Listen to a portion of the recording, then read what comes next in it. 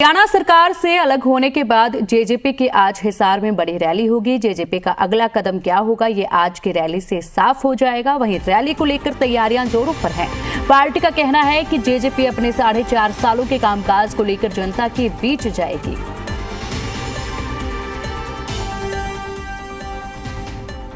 तो party high command का फैसला है, सारे वर्कर उनके साथ जो भी फैसला लिया है उन्होंने कुछ सोच समझ के फैसला लिया होगा। वर्कर जेजेपी का दिन रात पहले भी मेहनत करता है, आगे और ज़्यादा मेहनत करेंगे। हमने तो पहले भी मिशन दूषण 2024 का नारा दे रखा है। 6 लोकसभा की रैलियाँ जननायक जनता पार्टी कर चुकी है। ज़रूर कुछ न कुछ बड़ा ऐलान होगा और कार्यकर्ताओं में आज और ज़्यादा हौसला और जुनून है। और लोकसभा का चुनाव या आने वाला विधानसभा का चुनाव जननायक जनता पार्टी का एक वर्कर बड़ी मजबूती से लड़ने का काम करेगा। पार्टियों में उतार चढ़ाव आते रहते हैं और चौटाला परिवार ने तो बहुत बड़े उतार चढ़ाव देखे हैं। इन्होंने कभी हिम्मत नहीं हारी। अब जो है नई ऊर्जा के साथ, नई शक्ति के साथ उठेंगे और बहुत मजबूती से सामना करेंगे परिस्थितियों का और आने वाला भविष्य हमारा होगा। हमारा कार्यकर्ता कभी निराश नहीं होता, हमेशा फील्ड में रहता है, फील्ड में काम किया है, फील्ड में काम करते रहेंगे। पार्टी अलग मन निर्णय लिया, वो बिल्कुल सही निर्णय लिया है जी। हमारा हर एक कार्यकर्ता पार्टी का अलग मन के साथ खड़ा है और बहुत मजबूती से हम आगे बढ़े। ऐतिहासिक रैली होगी जी, कल आप लोग आना और देखना, जुनून होगा कार्यकर्ता का, जुनून कल देखना आप हमारे। हम लोगों के ऊपर कोई असर नहीं पड़ेगा।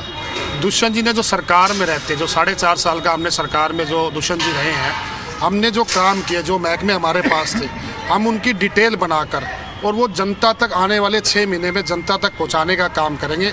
चाहे हिसार में बनने वाले अंतर्राष्ट्रीय एयरपोर्ट की बात हो या अन्य जो भी हमने काम किए, हम उसकी एक पूरी रिपोर्ट कार्ड बनाकर जनता के बीच में जाएंगे और 4.5 साल जो हमने काम किए उसके बिहाफ पे हम आने वाला चुनाव लड़ेंगे। ये हिसार लोकसभा की रैली है क्योंकि हम 6 रैली ऑलरेडी कर चुके हैं और हमने ग्राउंड लेवल पे हम जो चेक करते आ रहे हैं वो यही चेक कर, जैसे बाकी रैलियों में हमारे का कोई एंट्री नहीं थी, इसी तरह हिसार की रैली में केवल हिसार लोकसभा के लोग ही होंगे ताकि हम अपने फील्ड को भी चेक कर रहे हैं।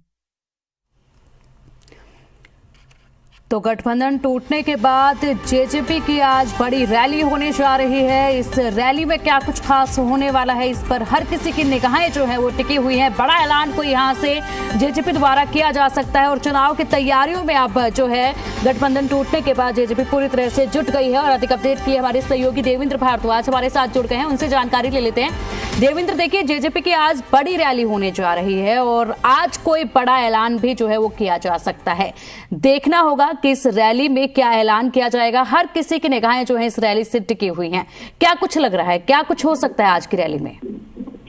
देखिए, बिल्कुल 4.5 साल तक जो बीजेपी और जेजेपी का जो गठबंधन रहा, मिलकर सरकार चलाई गई और लगातार दुष्यंत चौटाला की तरफ से दावा किया जाता था कि 5 साल गठबंधन रहेगा। लेकिन विधानसभा चुनाव और लोकसभा चुनाव से पहले जिस तरह से गठबंधन कल टूट गया और उसके बाद अब जेजेपी और बीजेपी की राहें अलग अलग हो गई हैं और यही कारण है कि आज डॉक्टर अजय चौटाला का जब जन्मदिन है, उस मौके पर हिसार में ये रैली रखी गई है। और इसके मार्फत, क्योंकि कल किसी भी बड़े नेता ने, जेजेपी के ने कोई बयान नहीं दिया था गठबंधन टूटने के बाद, लेकिन साफ तौर पर उन्होंने ये भी कहा कि कल रैली के सारी बातें कही जाएंगी।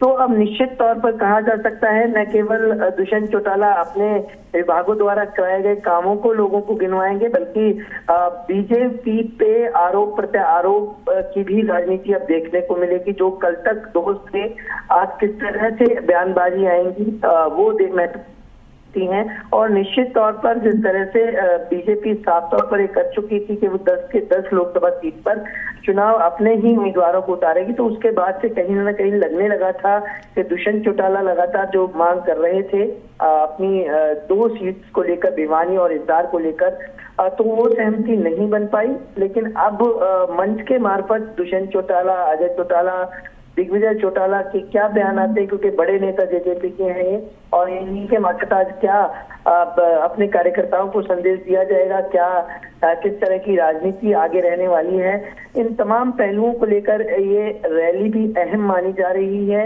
और चूंकि अब आरोप की राजनीति आमतौर तौर पर देखने को मिलेगी, क्योंकि कांग्रेस लगातार जेजेपी को घेर रही है, तो दूसरी तरफ आज इस रैली के मार्फत ये साफ हो जाएगा कि अगले लोकसभा चुनाव में 10 लोकसभा सीटों पर क्या जेजेपी चुनाव ठीक है लड़ेगी? देवेंद्र, इस रैली को नाम भी जो है वो नव संकल्प रैली दिया गया है। नव संकल्प रैली जो नाम दिया गया है ये भी काफी कुछ साफ कर रहा है कि क्या कुछ नया हो सकता है, जेजेपी की क्या कुछ नई दिशा होगी, क्या रणनीति होगी, ये आज स्पष्ट इस मंच से हो सकता है। लेकिन अगर इसी के साथ बात की जाए तो जिस तरीके से गठबंधन टूटा है तो क्या आज मंच से बीजेपी पर प्रहार भी किया जा सकता है क्या?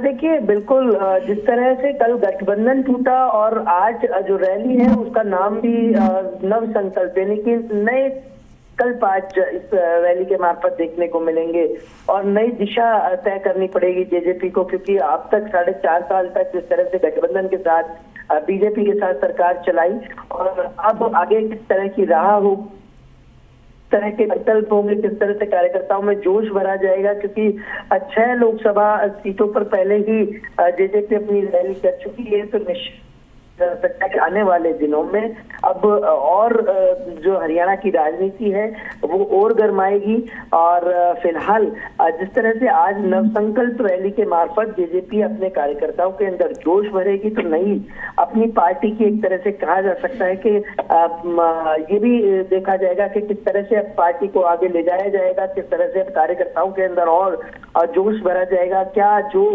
विभाग के पास थे उन विभागों में जो विकास कार्य हुए क्या उनको गिनाने की कोशिश की जाएगी, उनको किस तरह से लोगों तक पहुंचाया जाएगा, ये महत्वपूर्ण हो जाता है। और इसी नव संकल्प रैली के मार्फत आज ये राह भी आगे की तय की जाएगी।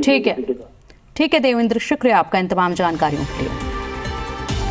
तो देखिए नव संकल्प रैली इस नाम से ही काफी कुछ स्पष्ट हो जाता है और आज जेजेपी की जो रैली है ये बहुत कुछ कहने वाली है। इस मंच से बहुत कुछ बातें जो है वो निकलकर सामने आएंगी और चुनाव के मद्देनजर काफी कुछ जो है जेजेपी की जो रणनीति होगी, जो नीति होगी वो यहाँ से स्पष्ट हो सकती है, उसकी उम्मीद ऐसी जताई जा रही है।